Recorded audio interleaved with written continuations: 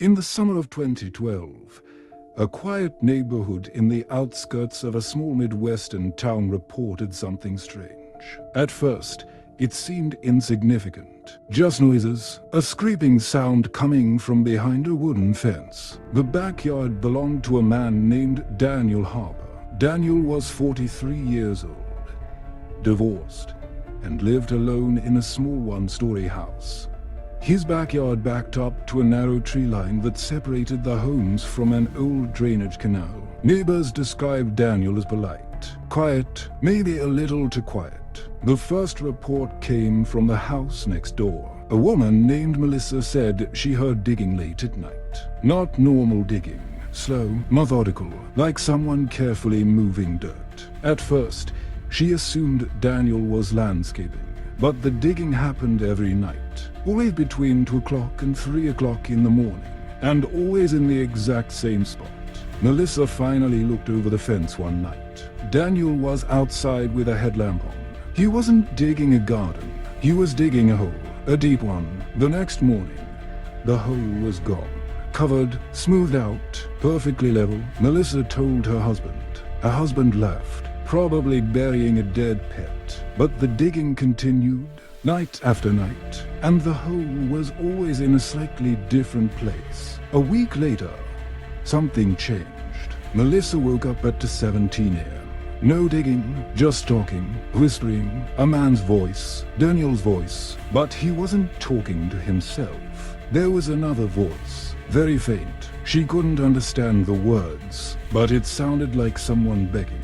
Melissa called the police the next morning. Officers knocked on Daniel's door. He answered immediately, calm, friendly. They asked if everything was okay. Daniel smiled and said yes. He said he had been doing some late-night gardening because it was cool outside. The officers looked over the fence. The yard looked normal. Fresh soil in a few spots, but nothing suspicious. They left. 3 nights later, the digging stopped completely. Neighbors assumed the project was finished until the smell started.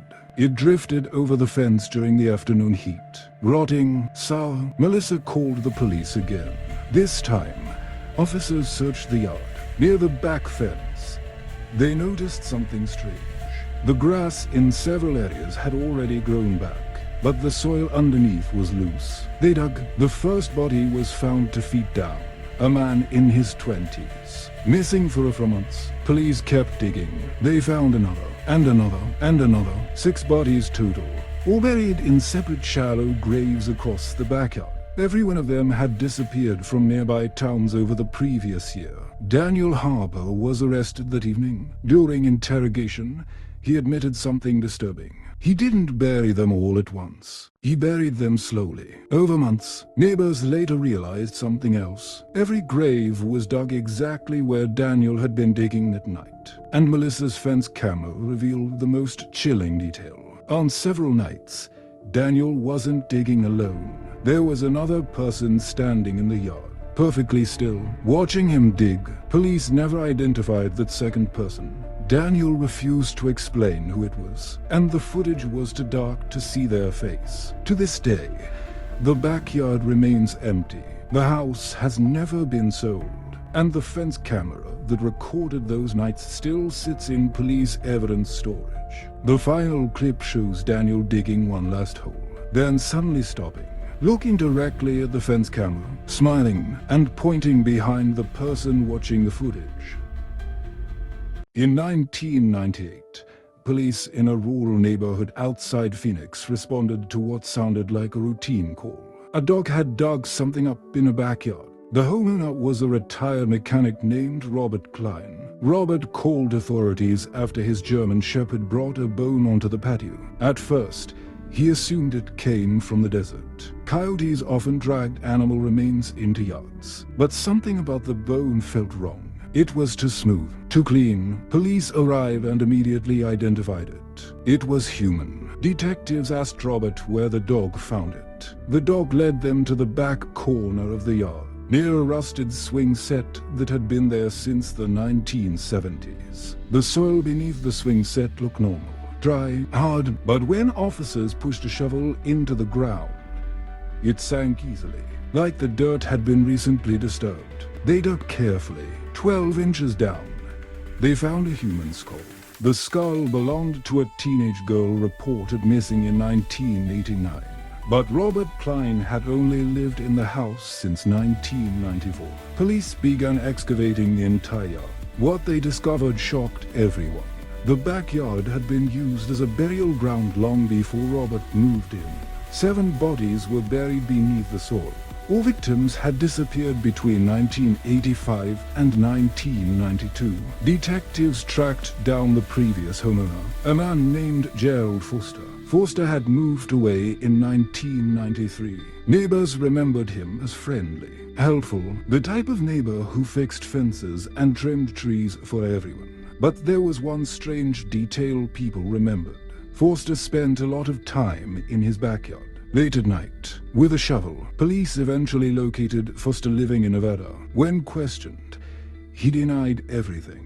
There was no physical evidence tying him to the bodies. No fingerprints, no witnesses, nothing. But investigators later discovered something chilling. Foster had installed the swing set himself, right over the largest grave. When police returned to the old backyard to double-check the property lines, they found something even stranger. There was a small patch of concrete near the fence. It looked like an old patio base. Records showed it was poured by the homeowner in 1988. Officers broke the concrete open. Underneath was another body, but this one was different. The remains were much older, decades older. Forensic analysis suggested the victim died sometime in the 1960s, long before Gerald Foster owned the house, which meant something terrifying. For at least 30 years, multiple homeowners had unknowingly buried bodies in the same backyard.